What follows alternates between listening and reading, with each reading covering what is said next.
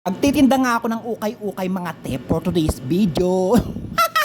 Grabe, sobrang dami ko talagang labaan na medyas. Speaking, mga bago talaga yan. Mukha lang talagang mga luma, no? Halos 60 pairs yan mga te. Kaya for today's video, maglalaba ako mga te. Sobrang dami ko na talagang labahang medyas. Kapag kasi pumasok ka dito, nasa home service massage ako, diba? Siyempre tayo mga Pilipino, iniiwan natin yung tsinelas natin sa labas. Nasanay na tayong iwan yung tsinelas natin sa labas kapag pumunta tayo sa ibang bahay, diba? Siyempre, bilang paggalang na rin sa may-ari ng bahay. Tapos, na-experience ko sa hotel mga te, ginawa kong bahay. Iniwanan ko talaga yung tsinelas ko sa labas ng hotel.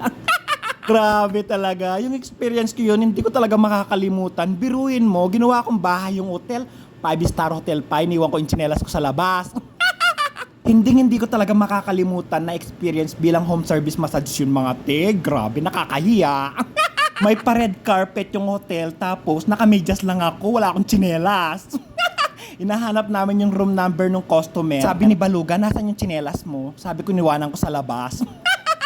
Hindi nyo ako masisisi mga te, kasi nga first time ko nakapasok sa 5-star hotel. Nasanay kasi akong pumapasok sa kapitbahay namin, sinasabihan ako ng kapitbahay namin, iwanan yung tsinelas nyo sa labas ha, bago kayo manood ng TV. Kapag nag-OFW ka, dito mo malalaman yung sinasabi ng nanay mo noong bata pa kayo. Kakalaba ko lang kahapon nito bakit nasa labahan na naman?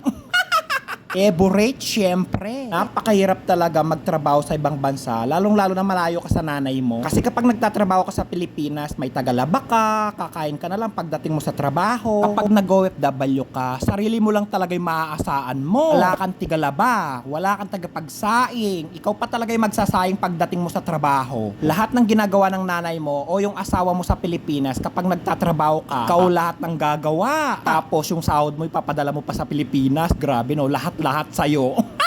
Nagtrabaho ka na, nagluto ka na, naglaba ka na. Tapos, pagkasahod mo, ipapadala mo sa Pilipinas. Tigan mo na lang talaga yung resibo. Tapos, ang pinakamasakit pa dyan, hindi nila sasabihin na kuha na nila yung padala mo. After 2 days, 3 days, minsan 2 weeks na hindi pa nila sasabihin. Kung di mo sila tatawagan, hindi nila sasabihin, yung sasabihin pa nila sa'yo, ay nakuha na namin, wala na nga, pinambili na namin. Wala talaga, tiis-tiis na lang tayo bilang OFW. Yung pinapakita ko ngayon, katas ng surot yan. Tapos kapag nag-OFW ka, pag nasa abroad ka ba, tingin nila sa'yo mayaman ka. Uutangan ka nila pagtapos hindi ka nila babayaran. Ako alam nyo, kahit walang natitira sa sahod ko, nakakakain lang talaga ako ng mabuti. Hindi ko pinapabayaan yung sarili ko kasi may balak pa akong mag-artista. Kadalagaan ko nung nag-OFW ako dito sa Saudi Arabia, press ako nun. Joke lang, hindi ako press nun, hindi pa ako nakakatikim ng Brosted at saka Pepsi.